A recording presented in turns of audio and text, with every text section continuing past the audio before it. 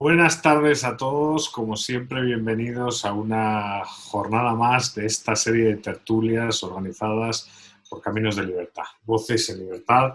Y bueno, como de costumbre, pues hoy tocamos un tema candente, un tema polémico. Aquí a lo largo de estas tertulias, esta es la 13ª tertulia, hemos reflexionado sobre responsabilidad cívica, la cuestión de la libertad de expresión y las fake news, el dilema y el desafío de la pobreza, el empleo, el futuro de las empresas. Hemos recordado pues, a gente como McCloskey en una reflexión a través de las virtudes burguesas y la riqueza. Y hoy nos toca, pues como señalaba hace unos segundos, un tema muy interesante, el tablero mundial y el desafío geopolítico, ¿no?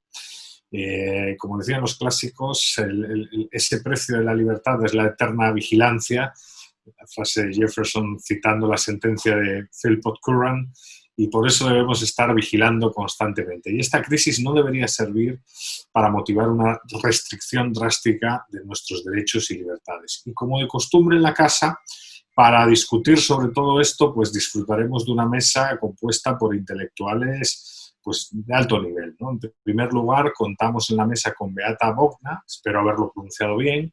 Ella es doctora en Geografía y en Historia, ex embajadora de Polonia en México y en Centroamérica, profesora de Relaciones Internacionales en el Instituto Tecnológico de Monterrey, y a lo largo de su carrera pues, ha publicado numerosos artículos e investigaciones de naturaleza académica para sitios como el Real Instituto Elcano o Cuadernos de Historia Contemporánea. También tenemos con nosotros a Vilma Petrasch, también espero haber pronunciado bien el apellido, internacionalista, fue profesora en varias universidades de América Latina, en la Central de Venezuela, en la Simón Bolívar. En la actualidad es profesora de Ciencias Políticas y Relaciones Internacionales en Miami-Dade College, analista, divulgadora en un gran número de medios. Vilma, sin duda alguna, es una profesional de las relaciones internacionales. Disfruta de un gran número de publicaciones académicas en revistas indexadas y ha sido autora y coautora de 2 libros sobre relaciones de Venezuela con Estados Unidos y países hemisféricos e hispanoparlantes, y de un libro sobre la política internacional en las postrimerías del siglo XX. También contamos en la mesa con Guillermo Lustó. ¿Qué decir del profesor Lustó? He tenido el placer de entrevistarle y charlar con él en una visita en la UFM. Doctor en Derecho, latinoamericanista y académico especializado en teoría política, también con numerosas publicaciones tanto en el ámbito académico como en el ámbito de la divulgación. Ha publicado en el Miami Herald, en La Nación, en Clarín. Obviamente fue fundador y expresidente del Instituto Interamericano para la Democracia, y entre sus libros destacar El pensamiento político hispanoamericano, Democracia y control de constitucionalidad, los fundamentos filosóficos del constitucionalismo americano y el nuevo constitucionalismo latinoamericano. Obviamente contamos con grandes amigos, y en último lugar, que también forma parte de la mesa, Willow Hilby, internacionalista, profesor en el Instituto de Estudios Políticos y Relaciones Internacionales de la Universidad Francisco Marroquín, y bueno, últimamente se ha sumergido también en cuestiones de teoría política, pero sus esfuerzos se han orientado a divulgar problemas existentes en el campo internacional, ¿no? Hace poco pues, nos dio también una conferencia para Juan de Marena con un título pues muy vinculado a este tema, la geopolítica del coronavirus. La idea y la metodología de esta reunión es bastante sencilla. Básicamente son 3 rondas de preguntas. La respuesta, pues evidentemente y por cuestiones de tiempo, tiene que ser entre 3 y 4 minutos por cada uno de ustedes. Y si se pasan de esos 4 minutos, pues permítanme convertirme en un autoritario benevolente, ¿no? Porque les pararé para darle la palabra y el turno a su colega, ¿no? Son 3 preguntas, como digo. La última pregunta es la que hemos hecho a todos los que han pasado por esta serie de tertulias, pero evidentemente las 2 primeras son 2 preguntas pues, orientadas al tema que nos ocupa, ¿no? Y la primera es una pregunta de carácter general, ¿no? ¿Qué retos enfrenta el mundo en este momento? ¿Cómo ven la situación a nivel global?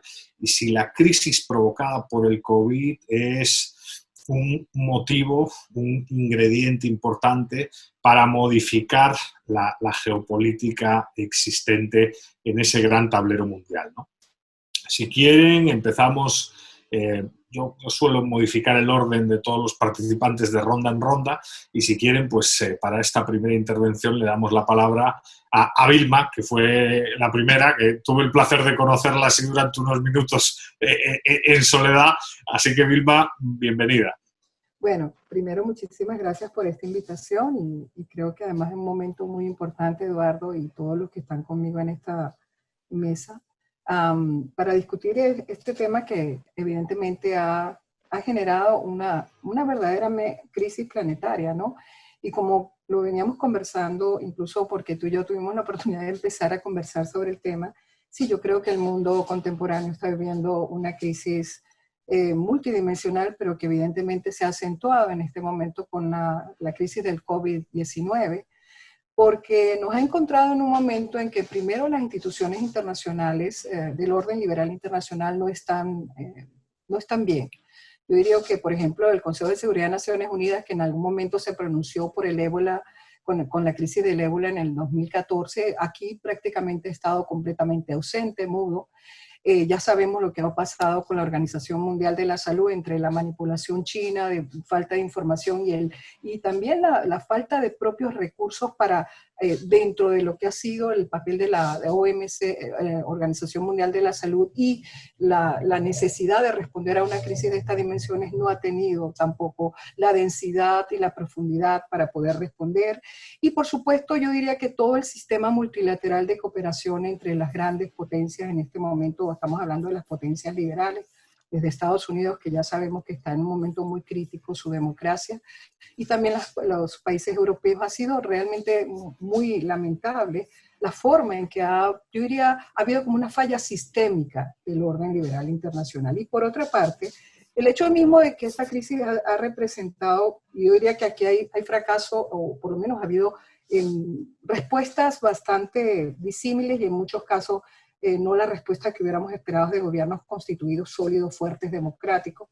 Por ejemplo, la falla institucional, es decir, no hemos contado con las instituciones, inclusive dentro de los gobiernos, para responder a esta crisis sistémica. Ha habido también una suerte de ruptura interior de los consensos democráticos, yo diría de la confianza de la población con sus gobiernos, y también hemos tenido fallas muy considerables de liderazgo. Y estos tres elementos, que por cierto son apuntados de manera muy, digamos, analítica por Francis Fukuyama en el último número de la revista Foreign Affairs, pues nos llama la atención porque evidentemente se ha visto este fracaso tanto o por lo menos esta falla sistémica dentro y entre los países, tanto en democracias funcionales como en países autoritarios, y algunos pues lo han hecho mejor, pero ya sabemos que inclusive podemos trazar responsabilidad específica, el caso chino, que hoy por hoy paradójicamente está tratando de capitalizar esa crisis para vender precisamente el orden autoritario que ellos representan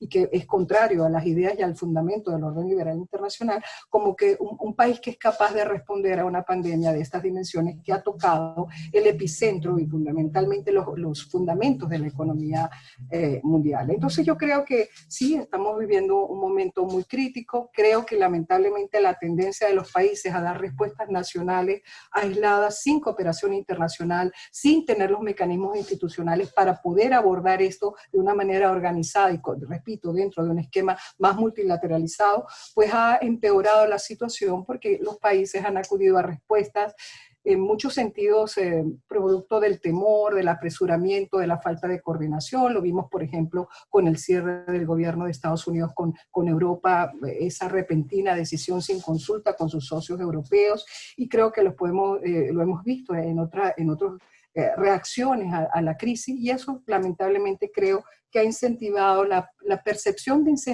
incertidumbre, y yo diría, Eduardo y compañeros del panel, de falta de coordinación y también la sensación de debilitamiento en este momento crítico del orden liberal internacional, tanto de las democracias en sí mismas como del funcionamiento de ese orden. Esa era la reflexión que quería hacer. Muchas gracias, Vilma. Le damos la palabra a Will. Will, bienvenido. A mí quizá de todo lo que está surgiendo ahora y por apuntalar un poco en la dirección en la que estaba empezando Vilma Patres, es o sea, para mí quizá lo que más me ha llamado la atención, ¿no?, durante toda esta crisis es la transformación o el intento de hacer transformación a políticas públicas con el debate todavía que hay en la comunidad científica, ¿no? O sea, es que realmente se sabía muy poco, no había un mandato de las autoridades científicas en cuanto a las cosas, ¿no? Y luego, pues la política internacional es muy complicada y el nacionalismo, que es una poderosísima fuerza que está muy de moda decir, ¿no?, que ha resurgido, se ha metido entre cosas muy importantes, ¿no? Pues por ejemplo, cuando Taiwán avisó que sí se podía infectar de persona a persona, hasta que no llegó China a decir lo mismo, pues casi que no se siguieron nada, ¿no? Entonces, es una de estas cosas que yo creo que nos habíamos olvidado, no sé si la razón, si la palabra es olvidar, pero que la poderosísima fuerza política internacional que es el nacionalismo y cómo se traslada en la competición por el poder en las instituciones internacionales, creo que ha entorpecido, y quizá deberíamos haber podido ver esto, ¿no?, en la comunicación científica, ¿no?, que muchas veces esperamos que las comunidades de expertos tengan puentes construidos al lado fuera de la política, ¿no? Pero en el caso de China ya sabemos que esto es muy complicado. Por otro lado, quizá por añadir otra idea, y bueno, por cerrar, digamos, la primera idea, a mí eso es quizá lo que más me ha llamado la atención. Yo, me acuerdo cuando hice mi maestría de Relaciones Internacionales, ya hace, pues no sé, 7, 8 años, una cosa así, como que estaba muy de moda avisar de las posibles pandemias y está muy de moda en las películas, ¿no? Ver cómo puede venir esto, pero como que a la naturaleza le ha tardado un tiempo en conseguir meter la bala adecuada, como decía un periodista en el New York Times hace no mucho, la bala adecuada de los ingredientes, ¿no?, para conseguir crear una epidemia una pandemia de este tipo, ¿no? Y por otro lado, creo que, y fue un poco lo que estuvimos hablando en Juan de Mariana con Eduardo, que tuve un inmenso placer estar ahí con vosotros, creo que las grandes cuestiones que están saliendo ahora en muchos think tanks en política internacional es, bueno, ¿cómo va a influir esto en el orden internacional, ¿no? Que pues ya veíamos factores que venían antes de la pandemia que evidentemente van a seguir, y algunas personas como pues Richard Haas, por ejemplo, ha comentado, ¿no?, que la pandemia ha hecho de acelerador de la historia, es decir, tendencias que teníamos antes, la pandemia ha hecho que pongamos el acelerador y la sexta marcha, ¿no?, sobre ellas. Y que por otro lado, pues factores como equilibrios de poder responden a variables que evidentemente son, quizá podríamos decir, un poco más estables, ¿no? Pues a cuestiones que son más demográficas, militares y económicas más a largo plazo.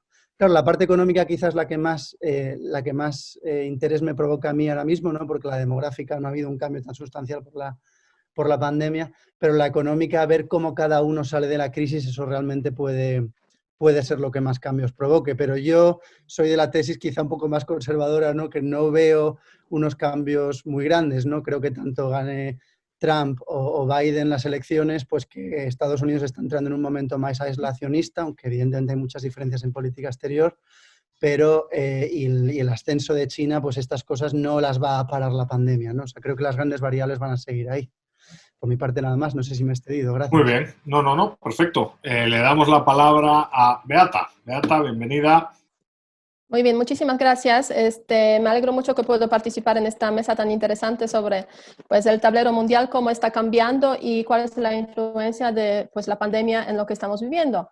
Yo básicamente coincido con los que consideran que la pandemia lo que ha hecho es acentuar las tendencias que hemos visto pues, a lo largo, yo diría, de los últimos 10, quizás 15 años en general, ¿no? O por ahí quizás hace 20 años empezaron a aparecer, pero hace 10, 15 años. ¿Cuáles son esas tendencias? Pues en primer lugar, y eso pues se ha hablado mucho, el debilitamiento de la democracia liberal. Todo ese tema de cómo pues, se limitan las libertades, obviamente, por el tema de la pandemia, pero también cómo los que pues, no han amado tanto a la democracia liberal están aprovechando pues, ese contexto, pero para fortalecerse de forma autoritaria en el poder. Entonces es todo un tema que se podría discutir, cómo se debilita la democracia liberal y cómo después de la pandemia seguramente veremos cómo están bajando los índices de la democracia liberal. Si nos referimos a, por ejemplo, Freedom House o otros índices de libertad, pues este año, el año próximo, pues vamos a tener esas consecuencias a plenitud. Ahora bien, yo espero que la pandemia también va a pasar la factura a algunos, al menos, populistas que están hoy en día en el poder y donde sí existe la democracia. Entonces, hay que observar con atención en ese contexto el tema de los Estados Unidos, o sea, las elecciones. Bueno, este fin de semana, este domingo, tenemos elecciones en Polonia, entonces las elecciones presidenciales, que Polonia también ha sido cuestionada por muchos temas relacionados con pues, las libertades, etcétera, cierta censura, pues a ver cómo reacciona la sociedad. Entonces, debilitamiento de la democracia liberal es como la primera tendencia que sí se acentúa en el contexto de la pandemia. La segunda tendencia yo creo que es la lucha por el poder. De hecho, la lucha por el poder en el mundo es una constante de las relaciones internacionales. Pero hoy en día, pues, estamos viendo claramente que la lucha entre los Estados Unidos y China, en esa lucha, pues, el tema de coronavirus se suma como una pieza más en ese tablero, digamos, de enfrentamiento China-Estados Unidos, ¿no? O sea, a veces como que estamos viendo, los chinos lo han hecho bien, los americanos lo han hecho mal en el contexto de la pandemia, lo cual a veces puede llevar a muchos a falsas conclusiones de que los autoritarios lo hacen mejor y las democracias lo hacen peor. O sea, como digo, falsas conclusiones y mitos, porque si tomamos en cuenta a todas las democracias y todos los regímenes autoritarios, pues la verdad es que no necesariamente los autoritarios lo han hecho tan bien y no necesariamente las democracias lo han hecho tan mal. O sea, tomemos en cuenta el ejemplo de Alemania, etcétera. O sea, Irán del otro lado, por ejemplo, ¿no? O sea, muchos debate aquí. La tercera tendencia es el debilitamiento del multilateralismo, que en general el multilateralismo siempre ha sido bastante débil, tuvo sus momentos buenos, no cabe duda de optimismo y creencia en que pues gracias a la institución, o sea, todo ese idealismo, se puede decir, en la visión de las relaciones internacionales, pues siempre ha sido presente, ha sido sus momentos de ola alta y hoy en día estamos en ola baja, ¿no? Estamos en esta fase de crisis, revelando claramente pues, que los países al fin y al cabo son los países los que tienen sus intereses nacionales y los que permiten o no al multilateralismo funcionar. En ese contexto yo creo que sí son lecciones muy tristes y estamos viendo también que después de los 75 años de este multilateralismo que nació justamente después de la Segunda Guerra Mundial y cuya base son las Naciones Unidas, pues precisamente pues ni siquiera este año pues vamos a poder celebrar la Asamblea General de forma presencial porque se va a celebrar de forma digital, obviamente revelando todo el tema de la pandemia y de coronavirus, la incapacidad del Consejo de Seguridad de las Naciones Unidas de pronunciarse incluso sobre la pandemia, limitaciones que tiene la Organización Mundial de Salud también, y bueno, y muchos otros foros en otras dimensiones económicas de las relaciones internacionales. Y la cuarta tendencia que yo creo que es súper importante, esta pandemia nos demuestra el peso que tiene la tecnología. Y esa transición que estamos viviendo, aunque no lo queramos muchos, que estamos viviendo el paso hacia la digitalización de todo. Las industrias de avanzadas son las industrias que están relacionadas con el mundo digital, Internet de las cosas, obviamente comunicaciones digitales, etc. Y a raíz de eso se ve claramente también que hay una brecha más grande reflejando precisamente esa diferencia digital entre los países que tienen capacidad, por ejemplo, de trabajo online, de las poblaciones, de los niños que pueden tomar clases online, y otros países donde pues no hay esas posibilidades. Uno de ellos pues es México también, donde pues la educación pública básicamente está paralizada en una parte del país porque pues no hay posibilidades de que los niños puedan tomar sus clases online, ¿no? Yeah. Entonces, esas cuatro tendencias, la pregunta es ¿dónde vamos? Pues eso lo dejamos para quizás la siguiente ronda. Muy bien. Le damos la palabra ahora a Guillermo. Guillermo, bienvenido. Bueno, mira, a mí lo que me pasa es que hace mucho tiempo yo trabajo en la teoría democrática, en la parte mucho más teórica que en la realidad, y hace mucho tiempo que vengo preocupado por una sensación de incertidumbre generalizada en todo el mundo, una desconfianza hacia los partidos políticos, hacia los políticos, y vengo trabajando y mirando hacia el futuro, con gente como Harari, Jared, y esta gente que plantea las cosas distintas. Y creo que esta sensación de incertidumbre que vive todo el mundo, de desconfianza con los gobiernos, de reacciones, se ha acentuado con el tema de la pandemia, pero uno trata de ver en qué otro momento de la historia esta sensación de incertidumbre se ha generalizado, aunque las causas no sean iguales, pero en qué momento la gente tenía la misma sensación de incertidumbre y de incomodidad.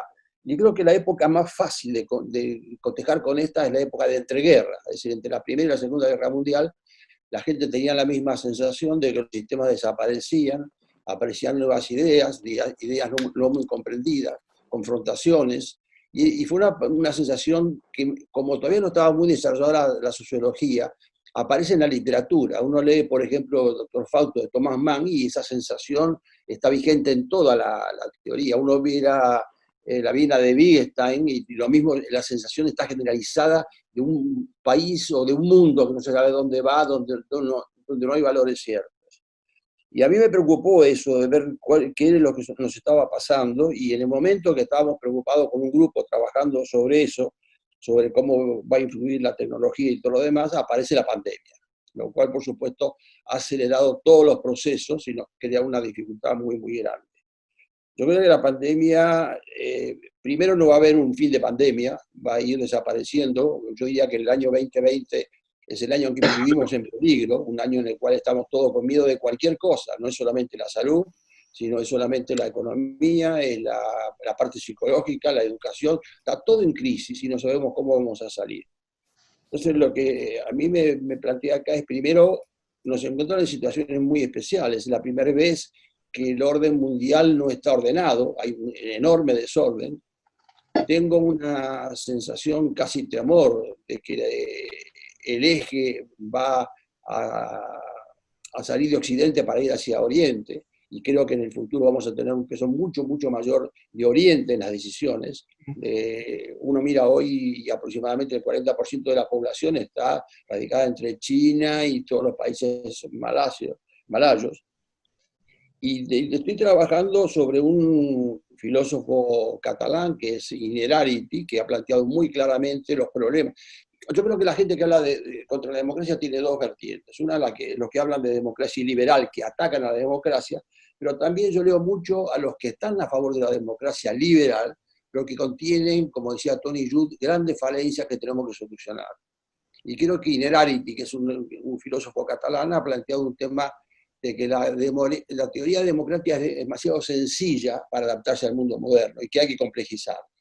Y que necesitamos complejizarla mucho más para poder entender el mundo moderno. Eso me pareció estupendo y estoy trabajando en ese problema, y hay una cantidad de cosas que me parecen como nuevas.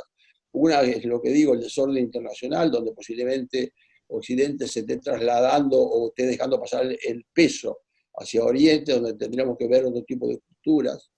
Me preocupa, por ejemplo, los sistemas tecnológicos, que lo damos por hecho, pero que crean una complejidad respecto a la dependencia que tenemos en nuestro comportamiento como sociedad a los sistemas tecnológicos que no acabamos de entender todavía. Es decir, hay un montón de gente que está trabajando en sistemas que llaman tecnología entrañable, es decir, una tecnología que la gente pueda comprender y no que nos dificulte mucho más todavía comprender y saber cómo funciona la democracia. Yo creo que las cosas, primero que vamos a vivir un año muy complicado, todo el año, porque no va a haber una reacción inmediata, la reacción económica va a venir por sectores y por países.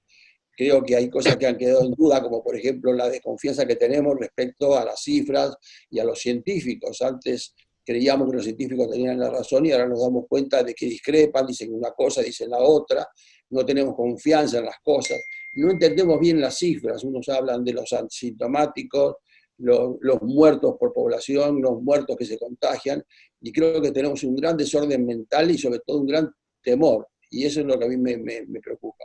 De lo que creo que va a ocurrir con la democracia es que puede haber dos cosas. Es posible que haya más autoritarismo, porque hay países que van a aprovechar la pandemia para poder tomar decisiones sobre las libertades individuales, pero también creo que hay una gran sensación de anarquía. Es decir, yo creo que cuando la gente sale a la calle a protestar, sale porque está disconforme con los sistemas, y hay una gran inconformidad en todo el mundo con los sistemas.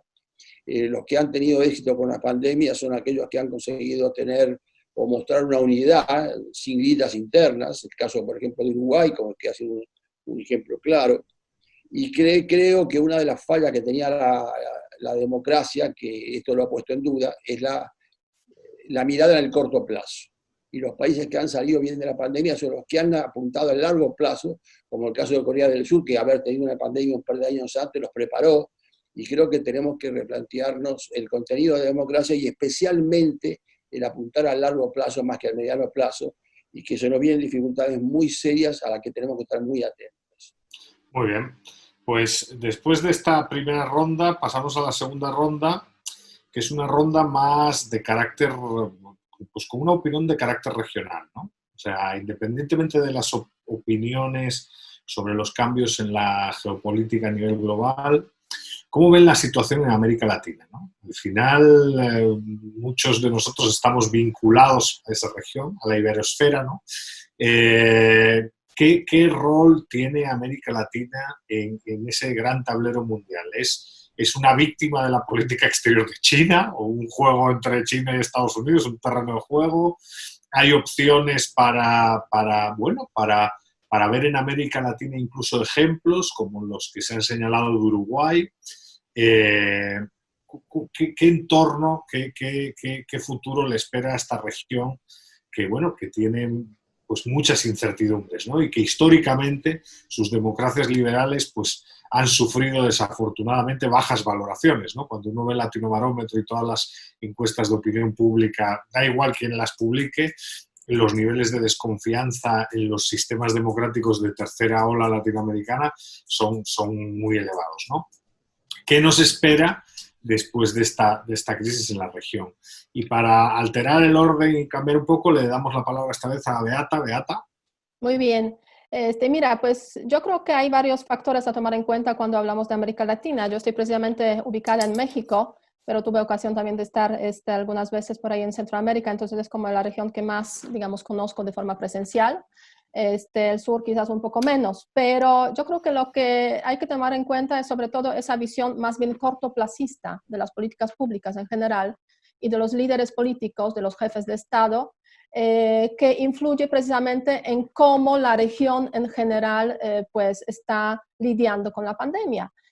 Tenemos dos países grandes, en este contexto Brasil, en este contexto México, que precisamente no lo están haciendo de lo mejor, para decirlo de forma diplomática. O sea, ha habido muchísima crítica, de hecho, precisamente por esa visión corta de cómo debe ser la política pública y apostar más bien por priorizar sus propios, digamos, proyectos, a veces que no tienen mucho sustento, en vez de tomar experiencias de los que ya han vivido y pues han hecho algo en el contexto de la pandemia. Entonces, esa visión cortoplacista pues ha condenado básicamente la lucha contra la pandemia a un pues fracaso en algunos países. Hay otros que, no cabe duda, pues no, o sea, se han escapado de eso, pero eso es como en general, ¿no?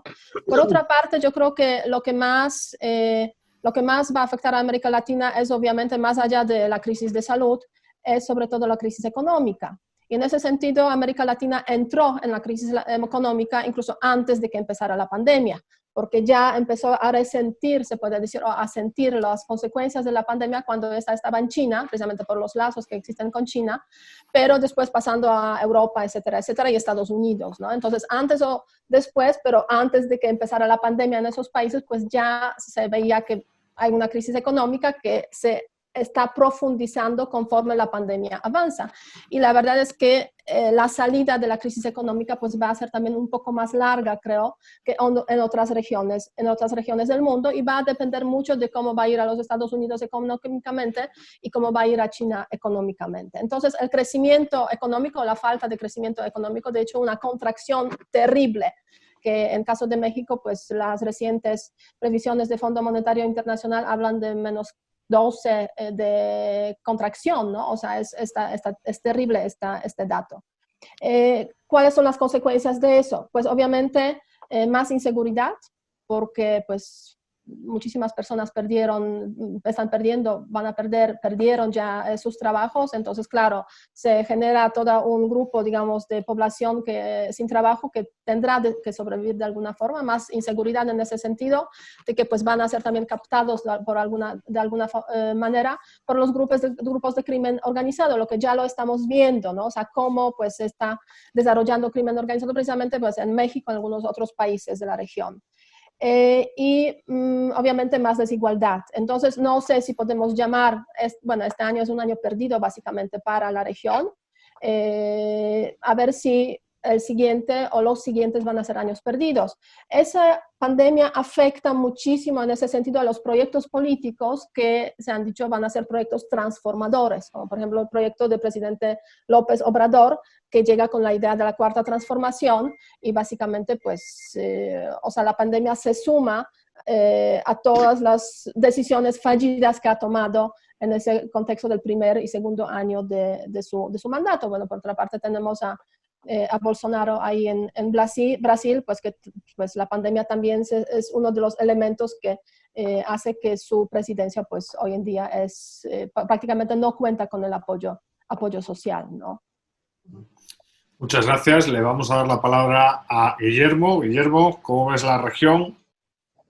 Yo creo que la región, siempre hemos tenido la sensación de que en la región el populismo era la gran corriente histórica y hemos tenido siglos de dictadores y hemos tenido realmente ejemplos de populismo. Pero creo que eso ha cambiado cuando ha aparecido un populismo diferente, tanto en Europa como en Estados Unidos, donde también las mismas señales de autoritarismo aparecen, pero con un sentido diferente de derecha, con un contenido de populismo totalmente diferente a la América Latina. Es lo que Orbán llama la democracia iliberal, ¿no? Es decir, aquella que confía en las mayorías y que no tiene ninguna instituciones. Y yo creo que acá lo que va a depender mucho a qué plazo estamos mirando, porque hay cosas que aparentemente son satisfactorias para cierta gente, como el caso de Trump en Estados Unidos o el de Bolsonaro, pero que a largo plazo van a poner muy en juego las instituciones. Y creo que América Latina ahora es el que más va a sufrir con la pandemia, le va a costar más salir de la cuestión económica, pero también creo que cuando estamos, o como creo que América Latina es la que más está sufriendo, si todo el mundo sufre una cosa posible, es posible que encontremos más acompañamiento en otras sociedades. Es posible que la crisis en Estados Unidos pegue, que la crisis en Europa pegue, y que cuando uno está mal, pero es el único que está mal, es más difícil de entender o de encontrar solidaridad cuando todo el mundo está mal. Creo que eso nos va a llevar a recuperar. Pero creo que la recuperación va a ser por zonas, por actividades muy diferentes, y lo que tenemos que ver es cómo llevamos en este momento las dificultades que estamos teniendo. Y yo creo que hay cosas que están en peligro y van a seguir en peligro, y que tenemos que prestar atención, especialmente las instituciones, el autoritarismo de los gobiernos, la libertad individual, y eso vamos a tener que prestarle mucha atención, aparte de todas las demás dificultades que señaló decían efectivamente Beata, ¿no? Le vamos a dar la palabra ahora a Will. Will, ¿qué opinas? Empiezo con lo malo, quizás, primero amenazas y luego quizá oportunidades, para terminar con algo de positivo. La amenaza clara, la han mencionado ya los compañeros, para mí es la eterna amenaza de la tiranía, ¿no? Y que el precio de la libertad es la vigilancia constante, como dice el profesor Cox mucho, ¿no? Y entonces, claro, pues ya lo estamos viendo no solo en América Latina, sino en todo el mundo, pero también en América Latina, cómo se está utilizando pues, los distintos estados de emergencia, de calamidad, se llamen como se llamen en cada legislación, para hacer una acumulación de poder y centralizada normalmente en el líder del gobierno. Y además ya veníamos de una historia de que uno de los grandes problemas políticos, ¿no? Y esto es una cosa de lo que personalmente has hablado mucho tú, Eduardo, es el personalismo, ¿no? Cómo los lazos no sobreviven a los mandatos, ¿no? Lazos internacionales entre los países no sobreviven a los lazos personales de quien está y no hay en las instituciones. Entonces, otro de los, que es quizá el más obvio, quizá algo por mencionar, intentar aportar algo de lo que no habéis comentado los demás, a mí lo que me preocupa, si bien creo que América Latina, ¿no? Bueno, América en general, pero América Latina ha sido de las últimas zonas del mundo en que llegase de la manera que llegó, aunque hay grandes diferencias entre países, ¿no? Lo que preocupa es, yo creo que la preocupación es compartida entre América Latina y el resto del mundo, que es el tema de las reaperturas, y estamos en un momento muy experimental todavía para hacer una comparación de modelos, ¿no? ¿Qué es lo que me preocupa a mí? Que claro, en algunos países, y pienso en España, la reapertura da un poco de oxígeno, perdón, la cuarentena da un poco de oxígeno al sistema sistemas públicos, ¿no? Para abastecerse bien. De hecho, hay en Foreign Affairs hoy un artículo que hablaba precisamente de esto, ¿no? Que creo que se llamaba The Secret to a Safe Reopening, que Josh Mikaudi y Jen Cates, en el que decían que, claro, en aquellos países en los que la cuarentena ha dado tiempo para poder suministrar correctamente y que no hubiera, intentar evitar, ¿no?, el colapso del sistema sanitario, ha dado un poco de oxígeno pues, para conseguir pues, todo el tipo, preparar realmente para si en una reapertura hay otra pandemia y los números siguen siendo malísimos, que no haya un colapso real de los sistemas sanitarios. Entonces, ¿cómo conseguir calibrar esa reapertura? Para mí es sin duda la gran pregunta. ¿Cómo hacer eso de una manera adecuada? Sobre todo porque aquellos países en los que simplemente se ha hecho una cuarentena y no haya dado tiempo realmente a poner las herramientas que hacen falta, ya sean, evidentemente, creo que aquí la iniciativa privada es importantísima porque la pública francamente no da, hablando con honestidad. Y aquellos países que no se hayan preparado bien durante las cuarentenas, las reaperturas pueden estar dándonos un escenario tremendamente negativo, en mi opinión, ¿no? O sea, realmente podemos volver a lo mismo o incluso peor. La gripe, la famosa mal llamada no gripe española, que apareció primero, ¿no?, en la primavera, pero cuando acabó siendo muy letal fue la siguiente cepa que llegó, si no me equivoco, después del verano. Brasil, por ejemplo, es un caso de eso, ¿no? Que parece, esperemos que no sea el caso, pero parece que puede estar yendo a ser el país más afectado en números por el coronavirus, y el tema de la reapertura está siendo, claro, todavía es muy temprano para hablar y es un poco, a mí, por ejemplo, me gusta mucho la filosofía, como Guillermo, y la historia, porque cuando estamos tan metidos en todos, ¿no?, y parece que Fukuyama o Larry Diamond, ¿no?, que ha publicado un artículo muy bueno también en Foreign Affairs, tardan un poquito más a ver qué es lo que pasa, ¿no? Siempre saltan los primeros, nada más salir todos, y cuanto más madurez intelectual creo que hay, esperan un poquito más para comentar, para intentar tener un poquito más de contexto. Yo por eso empecé la charla en Juan de Mariana hablando sobre la peste de Atenas. Pero bueno, por hablar también de oportunidades, ¿no? Y habiendo hablado un poco de los miedos que yo tengo, creo que la tecnología, que Beata, estabas hablando de ello, yo no puedo coincidir más con lo que estabas diciendo, también ofrece la mezcla entre tecnología y sociedad civil, en mi opinión, ofrece un marco tremendamente rico de política comparada, ¿no? Y, por ejemplo, Guillermo ha hablado de Corea del Sur, añadiría Taiwán también a ello, frente al modelo norteamericano y chino, que no se quieren parecer en nada, pero en esto que es de arriba abajo, el sistema tecnológico, creo que se parecen bastante, porque el modelo de Silicon Valley y el gobierno y el modelo tecnológico manejado por el Partido Comunista Chino es un proceso muy de arriba abajo, mientras que la participación de la sociedad civil en conjunto con el gobierno creo que ofrecen alternativas muy buenas, ¿no? Pues sistemas de tracking que se estuvieron haciendo y distintas alternativas que pudo hacer la sociedad civil en Corea del Sur, por ejemplo, ha permitido mucho esta simbiosis y el policentrismo, como ha sido súper útil, yo creo, para hacer una colaboración. Y sinceramente, yo lo que me falta aquí muchas veces es humildad, ¿no? Trump, bueno, creo que en humildad puntúa el peor de casi todos, ¿no? Pero la falta de humildad por parte de los gobernantes y la famosísima entre los liberales, ¿no?, de fatal arrogancia de la que tanto hablamos, creo que la humildad es muy importante y que los gobiernos sean conscientes que no tienen ellos una varita mágica y que necesitan a la sociedad civil, no solo a los expertos en epidemias y a los que están pues trabajando en las vacunas, sino también a los que están trabajando con aplicaciones móviles para servirse entre todos de esto, ¿no?, y salir de una, yo creo. Muy Así bien. que, por mi parte, nada más. Gracias. Gracias, Will. Y cierra esta ronda Vilma. Vilma, muchas gracias. Bueno, primero, gracias de nuevo y la verdad muy interesante las reflexiones de mis compañeros del panel.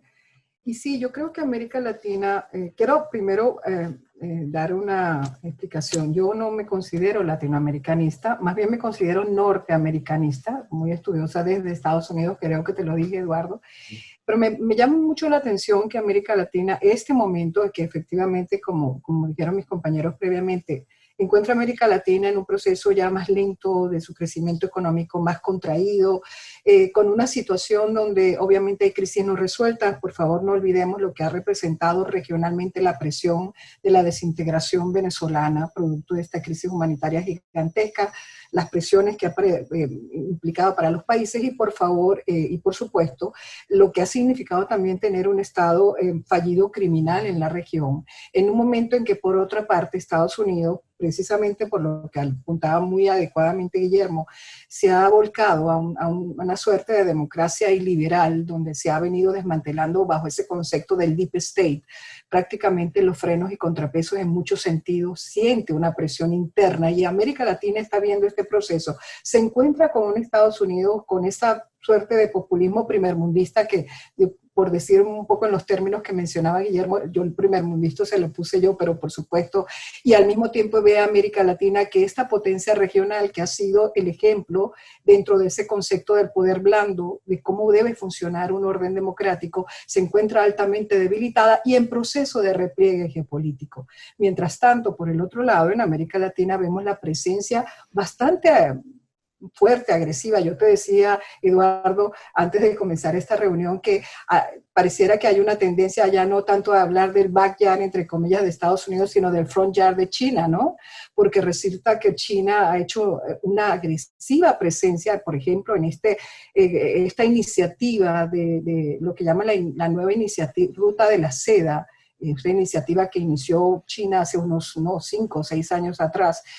Por lo menos 14 de los 20 países de América Latina participan en eso. El hecho de que, por ejemplo, China haya sobrepasado a Brasil como uno de los socios comerciales más importantes. No, es una reunión de Zoom. ¿Me puedes llamar en media hora?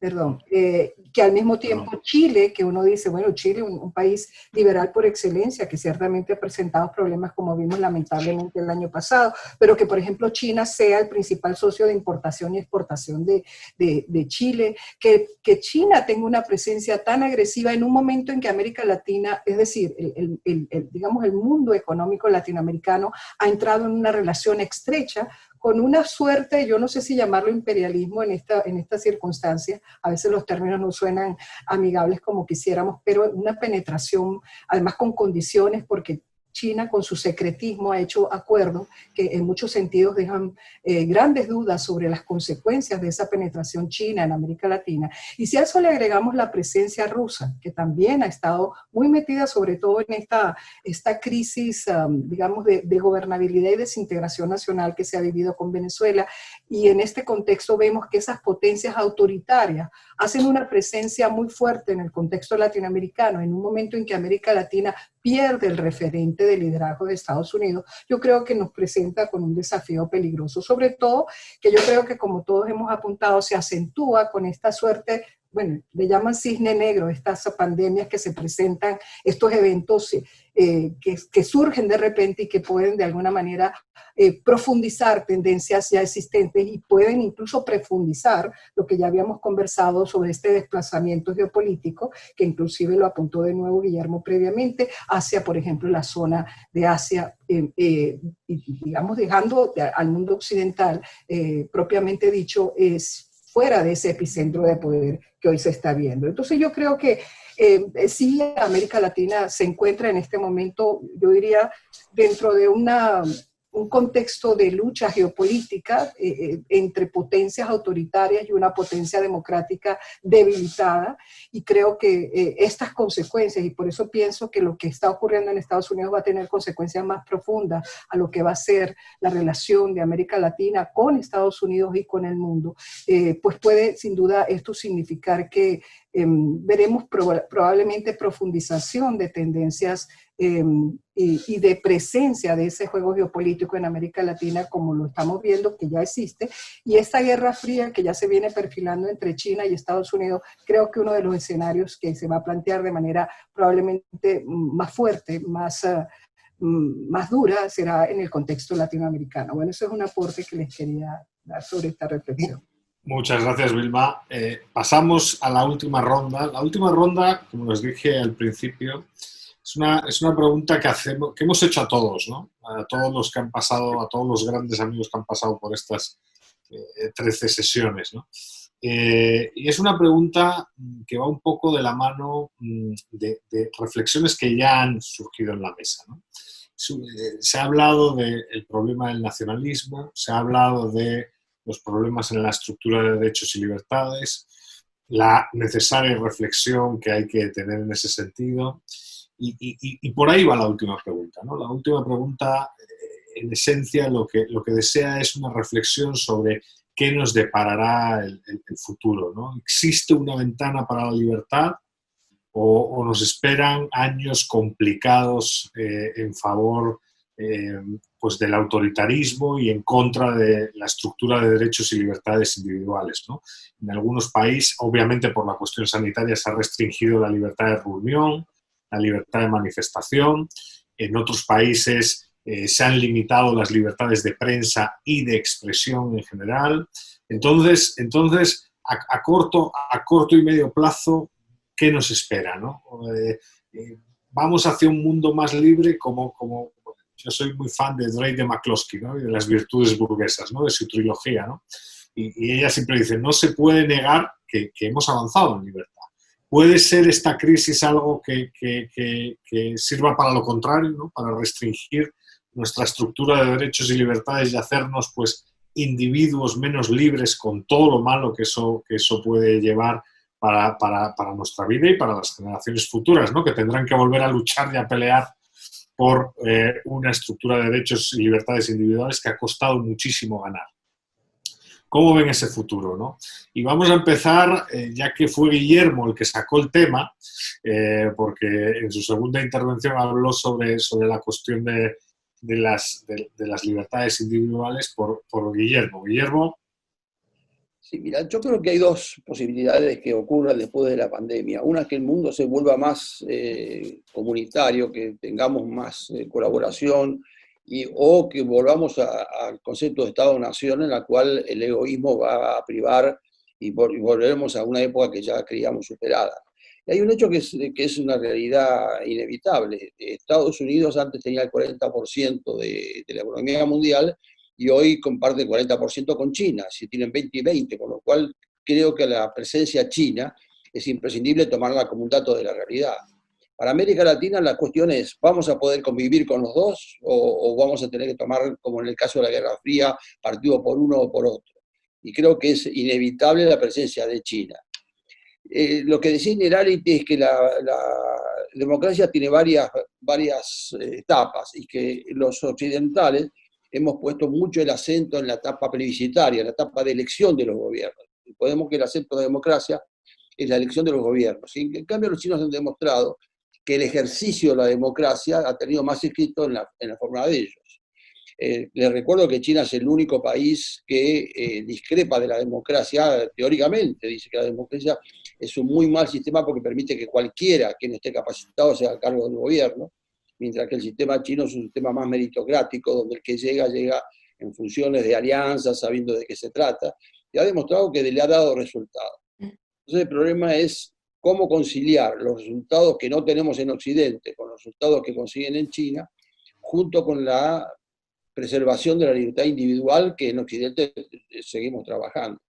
Yo creo que ese es el gran desafío, saber si podemos trabajar con las dos cosas, si podemos buscar una vía diferente, un concepto de una democracia que sea efectiva, porque hoy tenemos protestas en todos lados, partidos que están en contra de la democracia, en contra del establishment, y además las protestas en la calle, que no son protestas políticas, sino protestas de disconformidad con los políticos, y eso creo que es un dato de la realidad.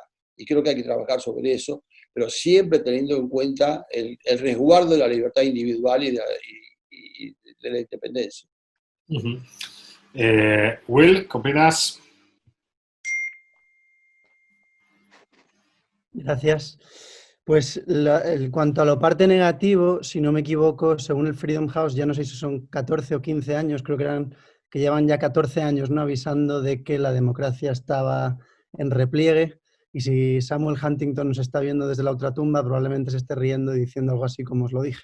Leísteis todos los de las olas democráticas, pero os olvidasteis de la parte de la ola inversa, ¿no? Entonces, quizá todavía es muy temprano para ver si estamos viviendo en lo que él llamaba la ola inversa, ¿no? O si realmente esto es una tendencia que va hacia adelante. Lo cual es complicado todavía de poder decir. Sin duda, pues hay una Rusia revanchista, ¿no?, pero que tiene una demografía y una economía que no le permite ser el mismo nivel de amenaza que China, aunque militarmente es otra cuestión, evidentemente. pero creo que quizá, ¿no?, fueron los propios griegos, los inventores, los atenienses de la democracia, también sus mejores críticos, ¿no? Y es una de las cosas más ricas que yo creo que tenemos los occidentales, que hemos sido nosotros mismos los que más nos hemos criticado a nuestro propio sistema y más nos hemos encargado de ir quitándole los ladrillos que teníamos en la civilización occidental con distintas ideas, ¿no? La academia está totalmente inundada de pensadores que piensan que no merece la pena, ¿no?, con un relativismo de que pues los valores dependen de las culturas y que cada una tiene derecho a la suya y que, por tanto, evidentemente, pues ninguna es mejor que las otras. Y yo sí que creo que tenemos ahí algo muy importante que dar, ¿no? Creo que tenemos el valor de la libertad y de poder gobernarnos a nosotros mismos es algo que tenemos que proteger con muchísimo celo, con independencia de las tendencias, ¿no? También hay un libro que no sé si es un poco demasiado optimista, en mi opinión, pero es un tema que a mí me interesa mucho, que se llama The Return of Great Power Rivalry, que está escrito por Matthew Kroenig, que es profesor en Georgetown, y más o menos lo que dice, ¿no?, es una tesis bastante curiosa y antirrealista, diríamos, en el que dice que al final las democracias tienen las de ganar a la larga porque producen, yo creo que siguiendo a Acemoglu y a Robinson, ¿no?, instituciones económicas que son inclusivas, que por tanto producen mayor bienestar y el Estado al final tiene mayor riqueza para invertir en política exterior, en despliegue militar y demás. Quizá puede que sea decisivamente optimista, ¿no? Pero es lo que decía, era curioso, porque decía, no, de hecho, lo que tendríamos que hacer es asegurarnos que China sigue siendo comunista. ¿Por qué? Porque así sigue sin poder acceder a ese potencial que tendría una población de ese tipo con unas instituciones libres, ¿no? Entonces sí que no solo veríamos, ¿no?, una disputa entre Estados Unidos y China, sino un adelantado rapidísimo de China a Estados Unidos poblacionalmente, ¿no? Entonces es una tesis curiosa y a mí me llama la atención. Entonces sí que me siento yo pues que estamos en algunos think tanks y demás, pero que me siento un poco que estamos muy en minoría de todo esto y que aquello que comentaba Guillermo, ¿no?, de que al final la gente se siente cansada, ¿no?, con los gobiernos y quieren poner ahí a alguien fuerte y que pueda barrer con todo y llevar su voluntad o su mandato político sin ningún tipo de frenos, es tremendamente tremendísimamente persuasivo y creo que lo ha sido siempre, principalmente porque nuestros cerebros no han evolucionado en los últimos miles de años y seguimos pensando de manera tribal y en cuanto están los nuestros en el poder, pues genial, que no los pare nadie, pero cuando llegan los contrarios todos estamos con las manos arriba, ¿no? Y creo que conlleva un ejercicio racional duro, ¿no?, de salir y trascender por ahí. Creo que el liberalismo da eso, ¿no?, de intentar escapar de la tribu a la que pertenecemos, intentar mirar más allá e intentar dar algo a la humanidad que pensamos que tiene valor, ¿no?, el amor a la vida, nuestros derechos y todas estas cosas que creo que son importantes. Con lo cual, no sé si te he contestado, Eduardo, porque mi contestación quizás es lo que te dije al principio, ¿no?, que no sé si todavía estamos en una pequeña fase o si realmente esta es la tendencia. Pero quizás no me atrevo a contestarte, lo siento por no poder mojarme un poco más. Muy bien. Le damos la palabra a Vilma. Gracias, Vilma. Bueno, mira, toda esta reflexión a mí me ha llevado básicamente a pensar en cómo las democracias pueden volver a la posibilidad de construir consensos.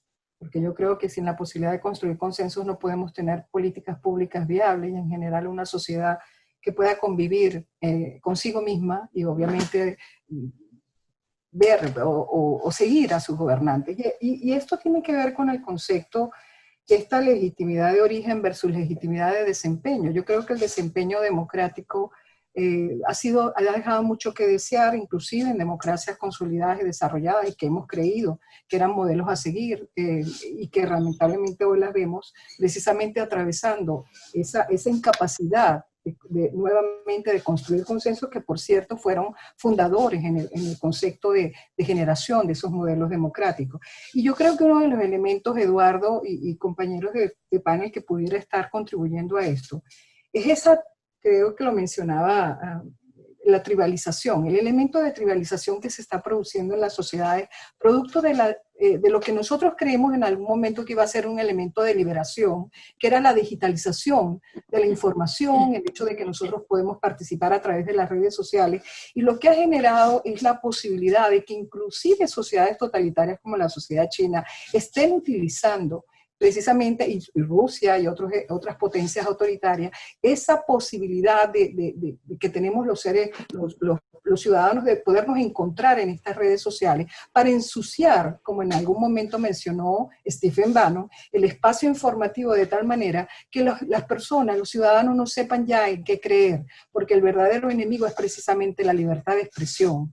Y por lo tanto, y por supuesto los medios de comunicación, y por lo tanto cuando el individuo ya no sabe qué creer, porque se ensucia de tal manera el espectro informativo, que el individuo simplemente cree cualquier cosa o vive dentro de lo que llaman echo chambers, ¿no? sus cajas de resonancia, dentro de sus propias burbujas informativas, terminan finalmente creyendo toda suerte de teorías conspirativas, envenenando la capacidad del ciudadano democrático de tomar decisiones asertivas y de poder, por supuesto, entender lo que significa para ellos el principio y el ejercicio de la libertad, y terminamos entonces en estos individuos que son fácilmente manipulables por líderes providenciales, populistas, que presuntamente van a salvar al individuo de esta situación de incertidumbre profunda que hoy sienten muchas personas que viven en las sociedades democráticas. Yo creo que ese elemento hay que tomarlo en cuenta. Creo que esta reflexión es necesaria hacerla porque la democracia en sí, en mi opinión, está sufriendo uno de los principales desafíos internos: cómo recuperar la posibilidad de construcción de consensos, cómo recuperar la posibilidad de hacer compromisos precisamente para tener una sociedad viable, una sociedad y una forma de vida democrática que podamos sostener en el tiempo. Muchas gracias, Vilma. Y cierra la ronda, Beata. Beata, bienvenida nuevamente. Muchas gracias. Mira, pues yo empezaría con una reflexión diciendo que cuando tuve 17 años tuve ocasión de presenciar desde Polonia la caída del comunismo. Fue una gran explosión de libertad y democracia y anhelo de esa democracia liberal.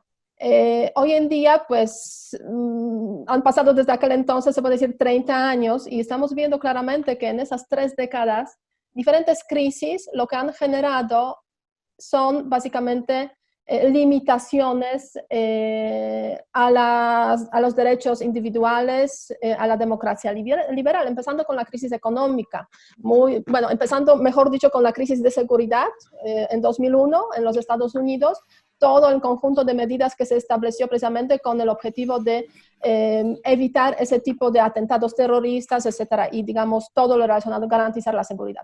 Después tenemos, algunos años después, 10 años exactamente después, la crisis económica. La crisis económica también ha servido poco después pues, para limitar, para el crecimiento de populismos y así pues limitaciones a diferentes tipos de libertades, como es el caso, por ejemplo, de Hungría o muchos otros países podríamos citar en el mapa del mundo. Hoy en día estamos viviendo el tema de la pandemia, entonces no cabe duda que también presenciamos esas limitaciones. Entonces, durante las últimas 3 décadas lo que se ha visto es usar las crisis de diferentes tipos que han vivido los países, ha vivido el mundo para limitar las libertades. Ahora bien, es cierto que las crisis que hemos vivido, pues de alguna forma, pues quizás nos obligan a hacer ciertas limitaciones de las libertades. Pero bueno, hay países que saben hacerlo de tal forma que realmente no afecta a los ciudadanos y su capacidad pues, de ser ciudadanos libres, su, digamos, derecho a ser ciudadanos libres, y a otros países que no tienen eso y aprovechan esas crisis precisamente para limitar esas libertades. En ese sentido, yo creo que hoy en día estamos viviendo un momento muy difícil. No cabe duda que vamos a presenciar una crisis de la democracia liberal, o sea, una disminución de las libertades. Algunos países lo sabrán librar bien, como países con instituciones democráticas más sólidas, más fuertes, con esa quizás trayectoria democrática más larga. Y los países donde las democracias institucionalmente hablando son más débiles, pues no cabe duda que pues, van a caer en esa tentación de limitar las libertades de los ciudadanos precisamente para controlar a esos ciudadanos, ¿no? Y ahí donde tenemos claramente los sistemas autoritarios o las dictaduras, pues ya ni hablar, o sea, eso es obvio que la tecnología sirve para controlar a esos ciudadanos. Bien, yo creo que también hay otro punto importante en ese contexto que es un poco diferente de lo que hemos visto a lo largo de los últimos quizás 25 años. La tecnología es un arma de doble filo. por una parte, sirve obviamente a los autoritarios dictatoriales para limitar a algunos otros que tienen ciertas tendencias, digamos, populistas también a intentar controlar, pero es también un arma para los ciudadanos, ¿no? Y en ese sentido yo creo que estamos viviendo un fenómeno muy particular de que las demandas de los ciudadanos, que muchas veces son precisamente demandas relacionadas con más libertad, más reconocimiento a los grupos marginalizados, a las minorías, pues están llegando totalmente, se puede decir, a los oídos de los demás. En ese sentido, y eso pasa más o menos desde el año 2012, ¿no? Cuando vimos en el contexto de la primavera árabe por primera vez el uso de la tecnología para, pues, para derrocar a los dictadores de África del Norte, los países de África del Norte.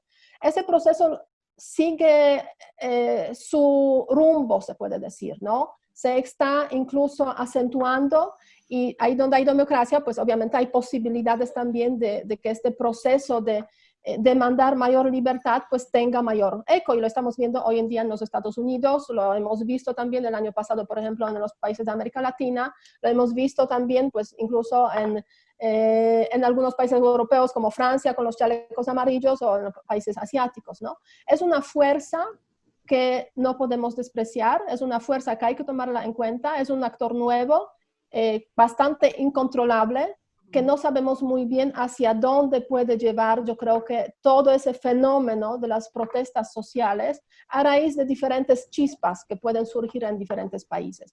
Yo creo que es un elemento que puede contribuir en el futuro de corto o mediano plazo, a pesar de todo, a mantener esa lucha por las libertades, esa lucha por la democracia civil, por la democracia liberal, porque la verdad es que sí hemos aprendido a vivir, al menos en varios países, con las libertades, y el retroceso en las libertades no les gusta a muchos ciudadanos, y es pues, un capital que está ahí y que hay que cuidar, hay que entender, hay que estudiar más precisamente para saber hacia dónde realmente vamos, ¿no? Vamos a un mundo donde sí hay estados, hay organizaciones internacionales, hay muchos otros actores no estatales, pero cada vez más fuerte es la sociedad, son los grupos sociales que tienen la voz, ya no necesitan, se puede decir, estos medios de comunicación tradicionales, porque pueden hablar por sí solos, pueden organizarse, y eso es una gran fuerza que puede construir, pero también puede destruir. Entonces, entenderla va a ser importante para entender el futuro y hacia dónde va realmente la lucha por las libertades y la democracia liberal. Sí. Muy bien, pues muchas gracias por todas las intervenciones. La verdad es que por mi parte nada más, agradecer el espacio, la tertulia. Cuídense mucho, el bicho es peligroso.